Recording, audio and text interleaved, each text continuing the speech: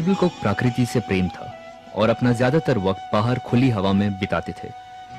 उनकी सबसे पसंदीदा जगह शहंशाह अकबर के शाही बाग थे।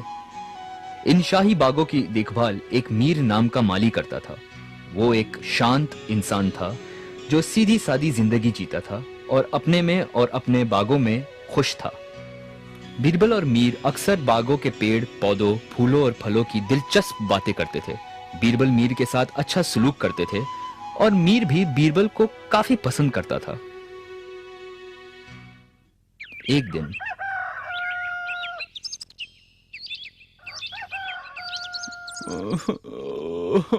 मैं क्या करूं, मैं तो बर्बाद हो गया, मैं लुट गया, मैं क्या करूं, मैं तो बर्बाद हो गया। कोई तो मुझे बचाए, कोई तो। क्या हुआ मीर, तुम रो क्यों रहे हो? कुछ नहीं, कुछ नहीं। क्या मतलब कुछ नहीं? तुम यहाँ बैठे जोर से रो रहे हो। मुझे बताओ दोस्त, क्या हुआ? हुजूर, मैं अपने बुढ़ापे के लिए पैसे बचा रहा था। एक मटके में डालकर इस पेड़ के नीचे छुपाता आया हूँ। मैं 20 साल से ये बचत करता आया हूँ। ओह, अब मैं क्या करूँगा? ओह। धीरज रखो, सब ठीक हो जाएगा। अब बताओ क्या हुआ? हुजूर, मैंने आज यहाँ पैसों का मटका निकालने के लिए खुदाई की, पर वो यहाँ नहीं मिला। मटका नहीं था, किसी ने चुरा लिया मेरा पैसा। मुझे पता नहीं मैं क्या करूँ। आप ही बताइए मैं क्या करूं। पर तुमने पैसे यहाँ क्यों रखे? इस तरह जमीन के नीचे छुपाकर क्यों? अपने पैसे घर पर क्यों नहीं रखे तुमने? मैंने सोचा कि कौन इस पेड़ के नीचे देखेगा और मेरा पैसा हमेशा सुरक्षित रहेगा। वैसे भी मैं अपना सारा वक्त यहीं बिताता हूँ, तो मेरी नजर हमेशा उस पर रहती थी।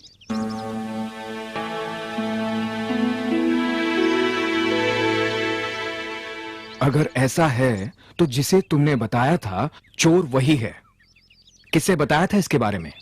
किसी को भी नहीं हुजूर, मैंने किसी से नहीं कहा था। तो फिर किसी ने तुम्हें यहाँ पैसे डालते हुए या निकालते हुए देखा होगा। लेकिन यहाँ पर तो किसी का भी आना मना है सिवाय आपके, जहांपना और उनके कुछ मंत्रियों के। हाँ, ठीक कह रहे हो। मुझे वक्त दो, मैं वादा करता हूँ तुम्हारे पैसे ढूंढ लूंगा।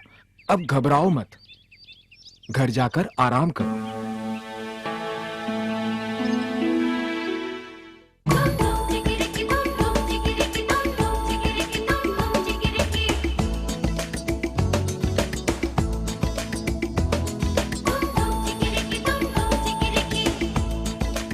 कोई भी जिसे पैसों के बारे में नहीं मालूम, वो इस पेड़ के नीचे क्यों खोदेगा, और वो भी एक कटहल का पेड़।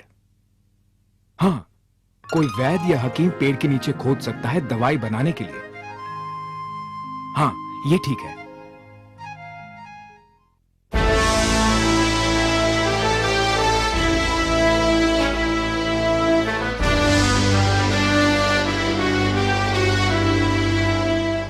तो हुजूर, जो मंत्री शाही बाग का इस्तेमाल करते हैं, मैं उनसे कुछ सवाल पूछना चाहूंगा।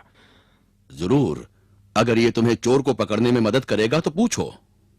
क्या आप में से कोई भी हाल ही में बीमार थे या किसी कारण कोई दवाई की जरूरत पड़ी थी? हाँ, पिछले 3-4 दिनों से मेरे गले में खराश है और मैं मेरी पत्नी की बनाई हुई एक आयुर्वेदिक दवा ले रहा हूँ। दवा बनाने के लिए जड़ी बूटी कहाँ से मिली?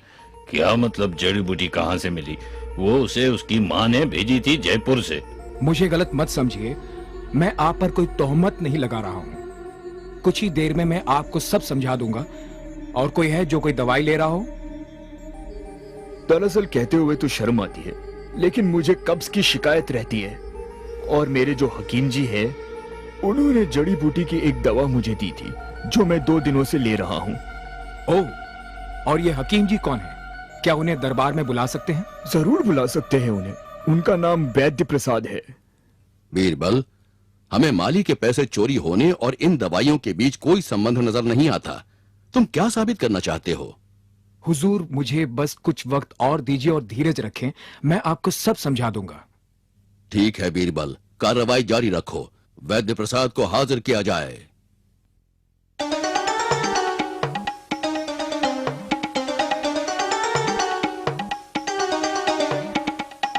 आदाब जहांपना।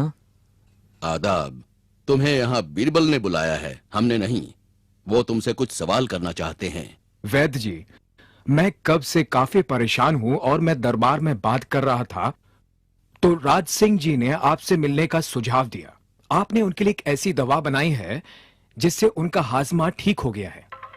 ओह जी जरूर, मैं आपके लिए भी वही दवा बना दूंगा और यकीन मानिए अगले 2 दिनों में आपकी समस्या हमेशा के लिए खत्म हो जाएगी। सचमुच मुझे यकीन नहीं होता। क्या यह समस्या हमेशा के लिए चली जाएगी, और वो भी सिर्फ 2 दिनों में? और मैं कई महीनों से परेशान हूं। ओह, आप 2 दिनों में बिल्कुल ठीक हो जाएंगे। जैसे राज सिंह जी, वो भी लंबे समय से परेशान थे, लेकिन मेरी दवाई के बस 2 खुराकें और कब से हमेशा के लिए छुटकारा मिला उन्हें। मैं बहुत उत्सुक हूं।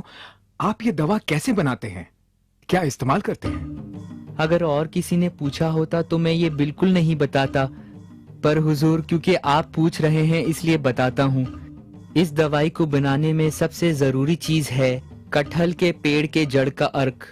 ओह, हमें चाहिए कटहल की जड़ का अर्क। तब तो मुझे और भी लंबे समय तक परेशान होना पड़ेगा। आपको इस शहर में कटहल का जड़ कहाँ मिलेगा? घबराने की कोई बात नहीं है हुजूर, एक कटहल का पेड़ शहंशाह के शाही बाग में ही है।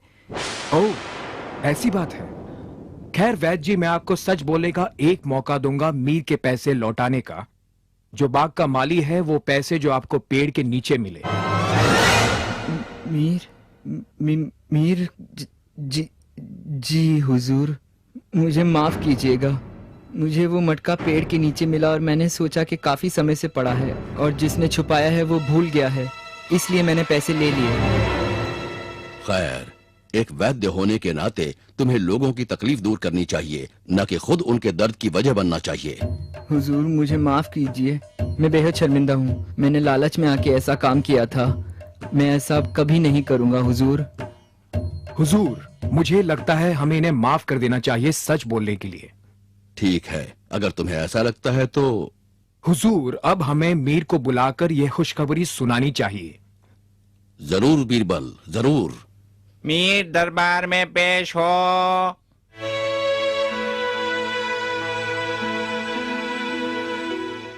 आदाब जहांपना। मीर, तुम्हारे लिए खुशखबरी है, तुम्हारे पैसे मिल गए हैं।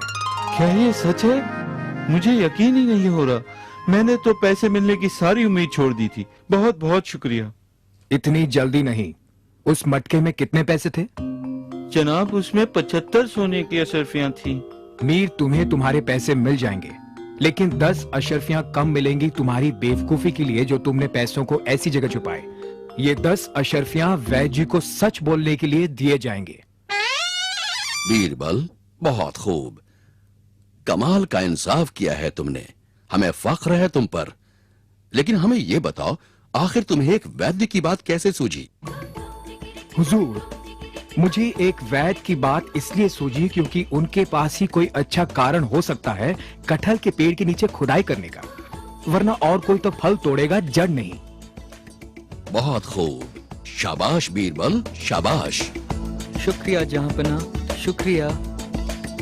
शुक्रिया हुजूर, शुक्रिया।